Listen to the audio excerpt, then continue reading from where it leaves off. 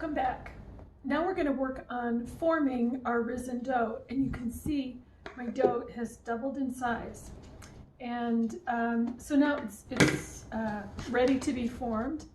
And on my bench here, on my cutting board, I'm going to dust this with a little bit of flour. And if I don't need all of it, I can push it off to the side just in case I need it later. I try not to over flour. And then because I oiled the bowl, the dough is going to pull away very, very easily. And I'm just going to dump it out on here. So I'll take a little bit more flour and dust the top. And this nice oiled coating will help keep it so it doesn't stick to my hands. So I'm just going to push in, and you fold down from the top when you need, and then you push forward. Fold down, you twist it, then fold down, push forward. Twist a quarter turn, fold down, push forward. When you push forward, you push with the heel of your hand, and what you're doing is stretching the dough. And you will feel within just maybe 10 or 12 strokes, you will feel the dough start to firm up. And the gluten relaxes as it's sitting. And so like if you've ever tried to roll out pizza dough right after it's risen, if you knead it at all, then it will seize up and it just springs back every time you try to roll it. So if you just let it sit for a couple minutes, the gluten will relax again, and then you can start forming it. With this bread, you don't really have to worry about that because we're just cutting it into sections and then smoothing it out. Now you're going to find little bubbles, and when you find them, just squeeze them or tear the top, because you don't want big bubbles in this. And there are some breads you do, but not in this. You want a nice even crumb with little gaps of air. But also, if you have bubbles on the surface, that thin little bit of dough on the top of the bubble could burn. So you want to make sure you don't get any bubbles on the surface. So there's a big, huge bubble. So I've kneaded it, I don't know, 20 strokes or so, and see now how it is very smooth and elastic. It's really nice. It's beautiful dough. So I'll smooth a little bit more dough, and I want to have a nice round. And I'll dust my hands just a little bit, and then I have this little plastic thing. I got this, just a few weeks ago at Giggy in downtown Salt Lake, or in, South Salt Lake. And I love it because I can scrape my Corian countertop and I don't scratch it. With granite or Corian or any of the solid surfaces, you just need to be really careful. If you have a metal bench scraper, you can really scratch things up. So normally for my husband and I make 6 loaves. So I divide it in half, and then I cut each half in 3. But for our purposes here, I'm just going to do 4. I'll cut it in quarters. Now, a quarter loaf is like the one I showed you before. It is this size. This is a 1/6, and a 1/6 provides 2 people with fairly generous portion sizes, and the 1/4 will feed 4 people, you know, a reasonable portion size. But you know, when you go to a restaurant and they bring out a loaf of dough or a loaf of bread, how you just love to have seconds. Well, it's the same with this. So anyway, I'm going to cut this into 4. And what I do, I have a little technique. I don't like dealing with the cut edge because it's very sticky, and I don't want to add more flour because that results in dry bread. So I just hold it like this, that cut edge, and I sandwich it together. And then I just pinch that, turn it over so that I have another nice round, and just keep working it until you get it nice and even, so that when you cut it in half, you get a pretty even size.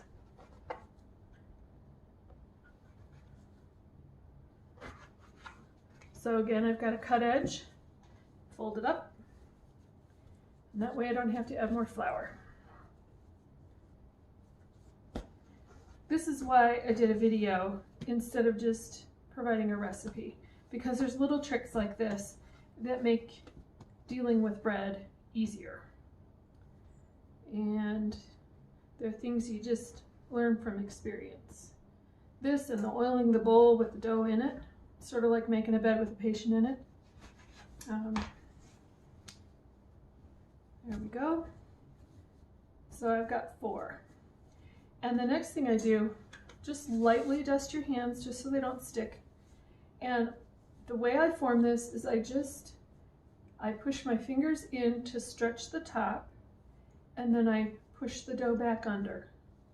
And I just keep doing that till I get this nice, smooth top. You want it smooth like a baby's bottom, nice and smooth. And if you see a little bubble, just tear that little surface to break the bubble, because again, you don't want bubbles on there. So, and then what I do is I squish it like this, because it fits better in my oven if I have ovals. It also is easier to divide amongst people, and it's easier to just slice to eat, because then you have reasonably sized rounds when you cut it.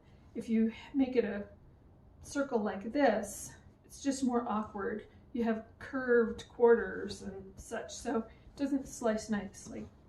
So I'm just going to keep tucking under, and I need a little dusting just to keep it from getting too sticky. You just keep pushing it underneath, and you want that nice smooth top. Just tuck.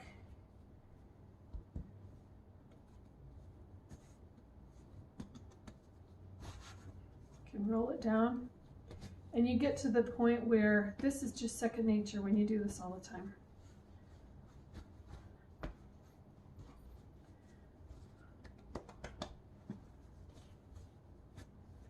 This is why I'm doing 4 and not 6. Just keep squishing, folding under, tucking.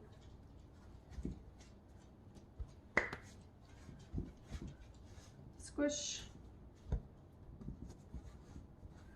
You don't want a lot of flour on top of the dough. You don't want it visibly floured. Just keep tucking and stretching till you get these pretty ovals. And okay, so we'll scrape the rest away here, and then I'll show you. Because my stone is not well seasoned, I have a problem with dough sticking. And now you'll notice these are not really perfectly even, but that's okay. So what I have to do with this stone is I have to bake on parchment. And so I have little parchment rectangles that I put my dough onto, and it helps me to move them onto the stone very easily and get them off very easily, and they don't stick. When I used my Pampered Chef one that was well used and well seasoned, I didn't need to do this. I could just put it directly on the stone. But once I started using the big one, I had to start using the parchment. I get the parchment, you can get it at Gigi, and it's the cheapest at Gigi. You can get it other places as well, and you can get it on a roll, but I get it in half sheet sizes, and I just cut that in quarters. Now, hang on just 1 second. I'm gonna grab the egg wash that I forgot to grab out of the fridge.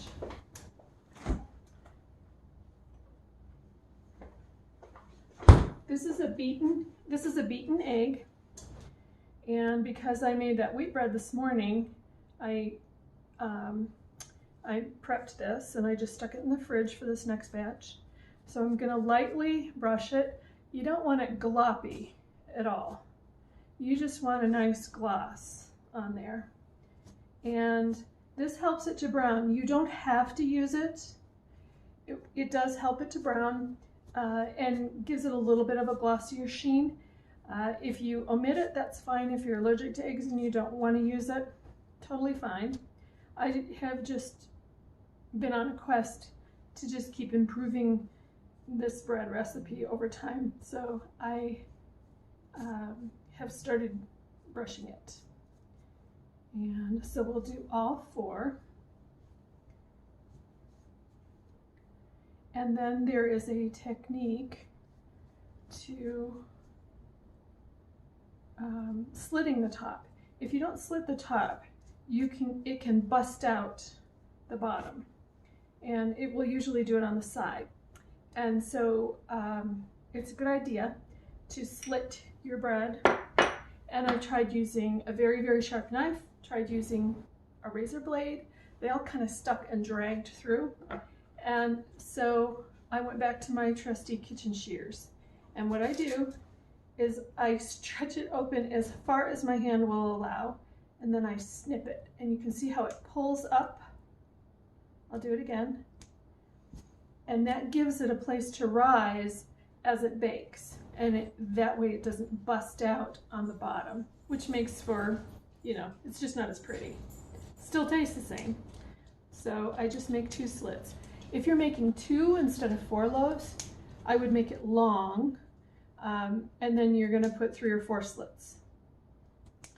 The other thing you can do is you can make 1 big round. If you're cooking for a crowd and you want to have this nice round, what they call a boule, you can bake it this way, but actually not using the stone and instead using a cast iron Dutch oven that when you preheat the oven, preheat the cast iron Dutch oven in the oven with the lid on and really get it hot. It has to be in there for at least a half an hour, really preheating hot. And you'll put your large boule on a piece of parchment.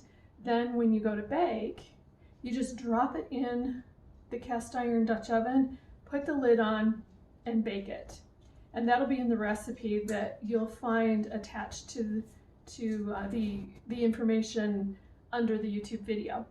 But that creates its own steam oven, and it is actually a better crust than doing it the way I'm doing it. But this bread does not keep very well once you've baked it off and have cut into it. The next day it just won't be that great.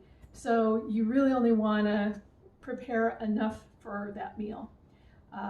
But you know, so for just 2 people like my husband and I, it's just too much to do the full recipe in 1 big Dutch oven. So anyway, this I will put in the oven, and I'll show you this little trick here. So all 4 of these will go in.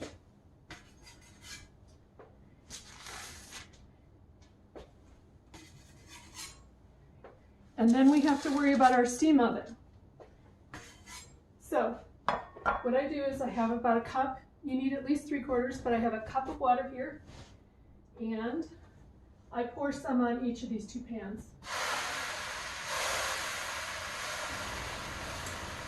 And then close your oven door and turn it. I preheated this to 435. I should have preheated it to 450, and then I drop it to 435 when I put the bread in the oven. So this will bake, when you're doing 4 loaves, it bakes for about 25 minutes. If you're baking 6 loaves, it bakes for about 22 minutes. And I use an instant read thermometer to check the center to see if it's done. And I want it to be at least 195. Typically, they say that bread is done at 205, but I rebake this, and so I don't want it to get too overdone. So I take it out at 195, and it's still moist. It's moist and chewy inside, but not doughy. Now I'm going to show you the difference between a once baked and a twice baked. This is one that I baked this morning, and you can see it's I'll take it off the rattly rack. You can see there's really not much of a crustiness to it. The crust is somewhat thin. It's still quite good, but it's not optimal. This one is a 1/6 size loaf, and I had made a batch, and then once they were cool, I wrapped each one in just a plastic bag, and froze it. And then I pulled this out of the freezer. And if you let it sit for maybe an hour or so, just to get partially thawed, and then you bake it, and I bake it in just a toaster oven at about 325 to 350 for 17 minutes. And let me show you what this is like. Listen to this crust.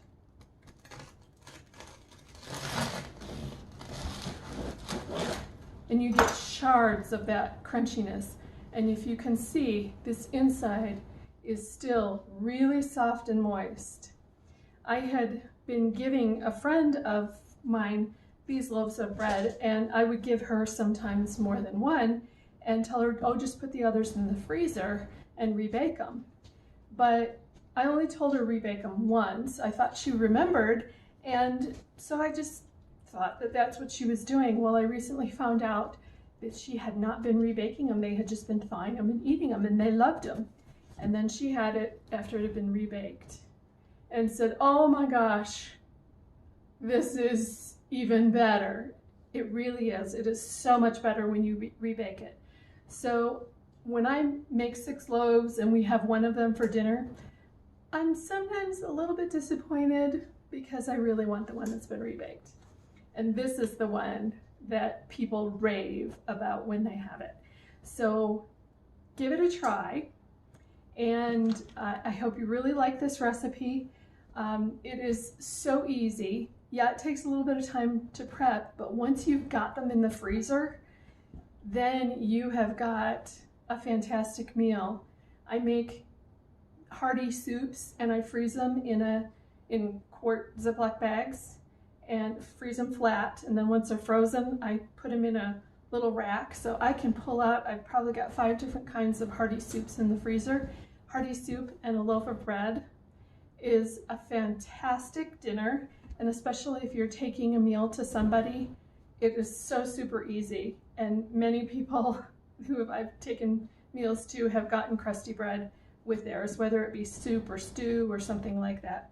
So I hope you enjoy this. If you have any questions, don't hesitate to give me a call or email me, and I'll be happy to answer them. Happy cooking!